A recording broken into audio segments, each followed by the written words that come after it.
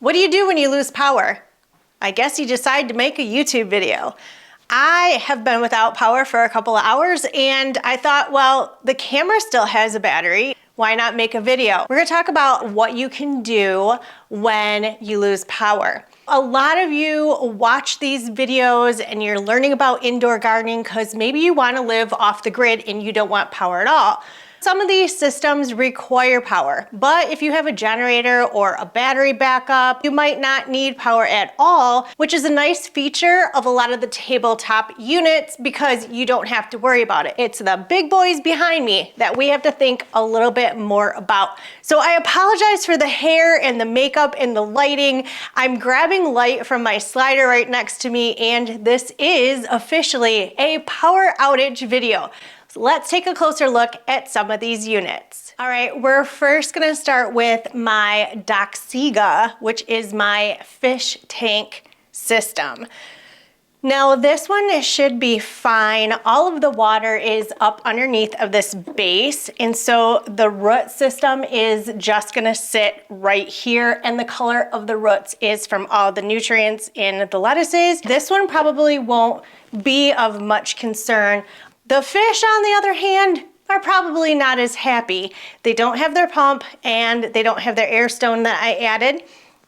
And I think they're hiding down in the corner like it's nighttime and they're just in a muddy river. This one is my manga. This one is truly a Kratky where it is just a tub of water. There is no air stone, there is no circulation, there's no pump.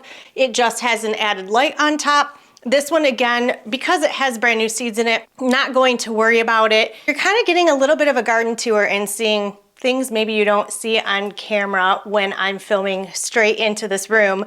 This is my hortas and it is full of sugar snap peas. They are really bound up and wound up together, but we have some really pretty little flowers coming in. This is like a deep water culture tub with all the roots down up underneath.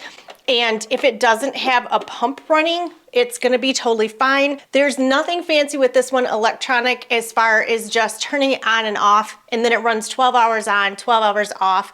Same with the Doxiga, they're just 12 hours on, 12 hours off. And so again, I will just have to push that one once we get the power back on and get that one back to a normal time. This one is my U-Harvest, again with the tabletop. The roots are just sitting in the water, but all of my electronic panel is off. This one has a clock. If I want that time to be set to whatever time it is actually in the day, then I will have to reset the clock when the power comes back on. Resetting the time should not be a big deal. It will be easy enough to adjust this.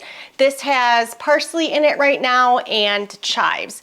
Not gonna worry about any of these units with a power outage. All right, so now we have the two I harvest. They are full of tomatoes. I have different stages of tomatoes. I have some on this side that are a little bit further along, and then the ones back here, plus some baby ones down below. So I'm experimenting with different starting times, germination times. When the power is out with an I harvest, it again is pretty simple. All you have to do is cycle the water from the bottom up to the top, and you can get your water going through. So I'm gonna do that real quick since it's been a couple of hours, and I'll show you what that looks like. I have a little step stool because I'm short. This makes it a little easier. Step up on your step stool and you're going to remove the top piece. Then you're gonna wanna remove the entire base lid, and that's gonna make it easier to scoop your water out. And I just have a big Tupperware tub and what I use to refill these from the sink over. So this has been my best friend when it comes to a big Tupperware. And I'm just going to scoop the water from below. And it does help to have a towel because you will probably drip. And you're just gonna pour it up to the top. Now, if you have your timer set for 15 minutes on and an hour off, you do not necessarily have to do this for a full 15 minutes. You just want to get enough to get those roots wet and let it run for a little bit so you're not going so fast that you're overflowing the edge. and I let it run a couple cycles through just to get the roots wet, and that's really all it needs. If you run a little bit of a water cycle every couple hours and just keep those roots from drying out, you'll be totally fine. The iHarvest is not a problem to deal with power outages.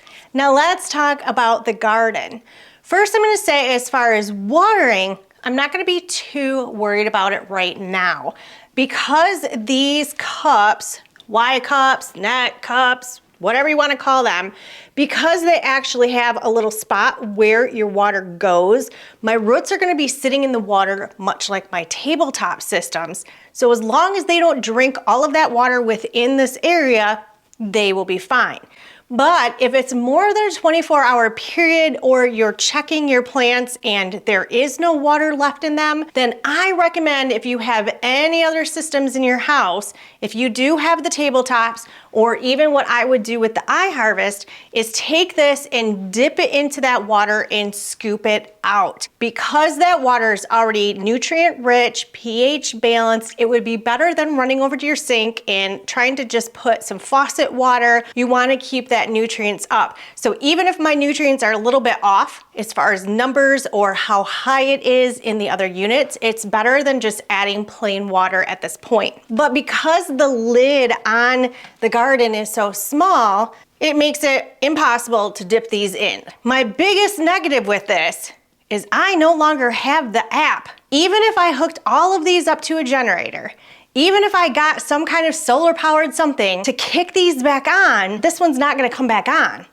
The only way I can get this on is if, okay, that was funny, mid-sentence, my battery of my camera just went out, but thank goodness I always have them charged so I don't even have to worry about power. But what I was saying is that this is not going to run unless you get your generator hooked up to your Wi-Fi and your connection, and is that going to work for you for wherever you live? So that is one downside of this, is how dependent it is on the app, where I can try and work around with the other ones if I need to just plug in a generator, and I could plug even the iHarvest into those just to keep the water cycle, and all the tabletop ones would be fine. This one, the only thing you're gonna be able to do is redo the water. So I guess this is a test run because I am really without power and we're really gonna see what we can do with this and how long it's gonna last. And hopefully, fingers crossed, when my power comes back on, she reconnects to the Wi-Fi and to the app. Now my last unit is a Hope Garden,